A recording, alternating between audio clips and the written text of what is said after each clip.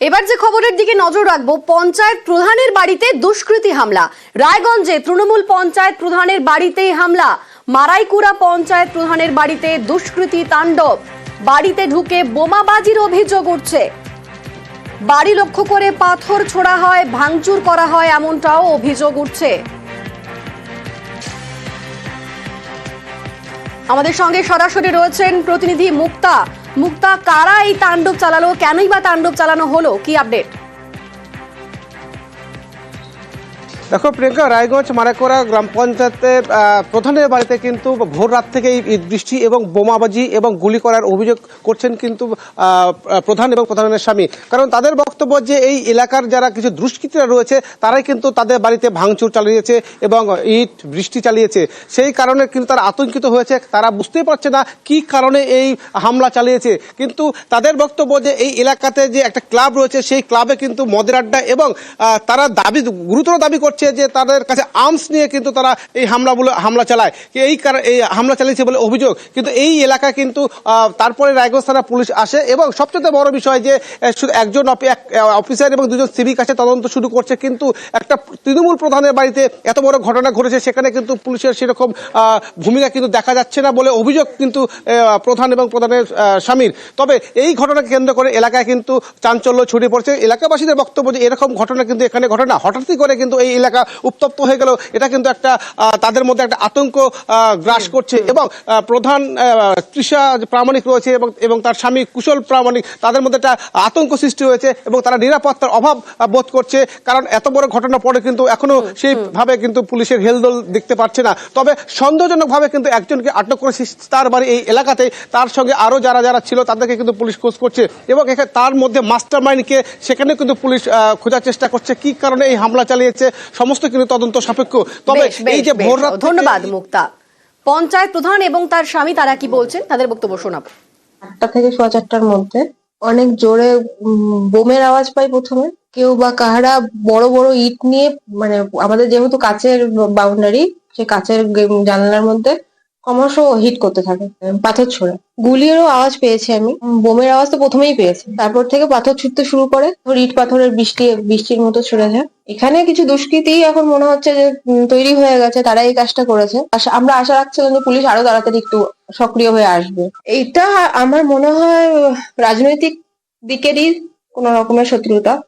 হঠাৎ করে দেখি বিকট আওয়াজ বাড়ির সামনে, আমার বাড়িতে ঢেলাঢেলি হচ্ছে। ওদের টার্গেটে ছিল আমার বাড়ির কাজগুলোকে ভাঙা, আমার উপরে অ্যাটাক করে, যেটা আমি বুঝতে পারছিলাম। নিচে যখন নামলাম তখন দেখতে পাচ্ছি যে 3টা ছেলে। আমি বললাম এই ধর ধর ধর ধর, ওরা সঙ্গে সঙ্গে পালিয়ে গেল ওখানে। একজনের নাম রূপ, আর একটা হচ্ছে ভোলা বলে একজনকে আমি জানি, সে মদ্যপ অবস্থায় ছিল। আর একজন তনয় বলে একজনকে, যাকে আমি দেখতে পেয়েছি আর কি, তারা ভেগে গেল। ওখানে দেখুন একটা বাইকও সিজ করা হয়েছে। পঞ্চায়েতে হারের পর দাদাগিরি, নষ্ট করে দেওয়া হয় নিকাশি ব্যবস্থা। অভিযোগ, এতেই জমিতে জল জমে থাকায় চাষের ব্যাপক ক্ষতি হচ্ছে। এগরায় তৃণমূলের দিকে অভিযোগের আঙুল, যা মানতে নারাজ ঘাসফুল। শীত কাটিয়ে বসন্তের শুরু, শুখা মরশুম, এখনো জলমগ্ন বিঘার পর বিঘা চাষের জমি। এ ছবি পূর্ব মেদিনীপুরের এগরা 2 নম্বর ব্লকের বিবেকানন্দ গ্রাম পঞ্চায়েতের শ্যামপুর গ্রামের। বিপাকে এলাকার চাষিরা চাষের কাজ করতে না পারায় বিক্ষোভ দেখান তারা।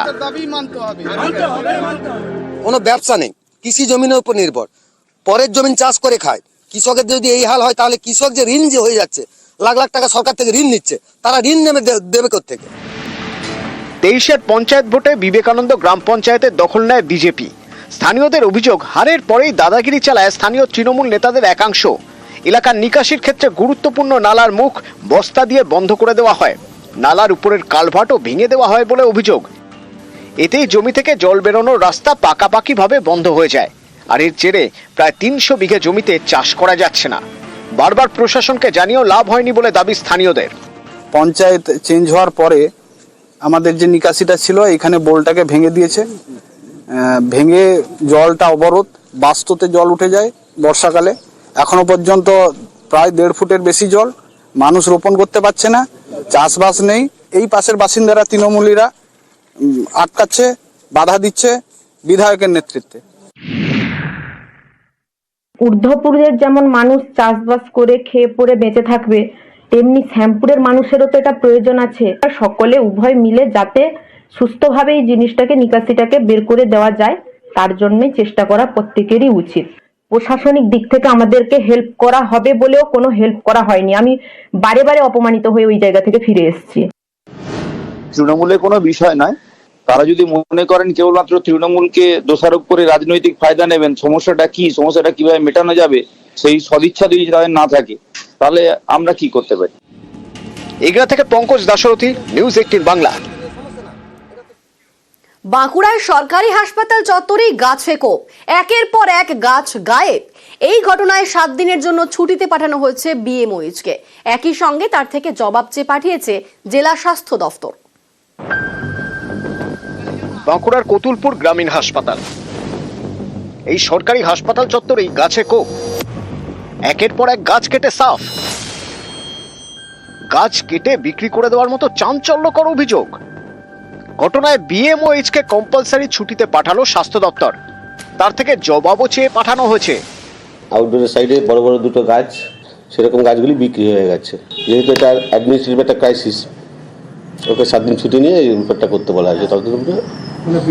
ছুটিতে পাঠানো হয়েছে। হ্যাঁ, কতুলপুরের গোগরা গ্রামীণ হাসপাতাল চত্বর জুড়ে রয়েছে অনেক গাছ।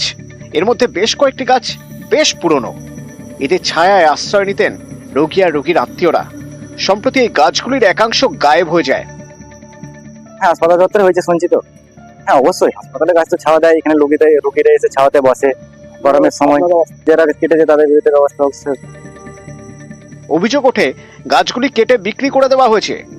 অভিযোগের আঙুল হাসপাতালের বিএমওএইচ চিকিৎসক দেবাঞ্জন ঘোষের বিরুদ্ধে। হাসপাতালের কর্মীদের তরফেই নাকি অভিযোগ যায় স্বাস্থ্য দপ্তরে।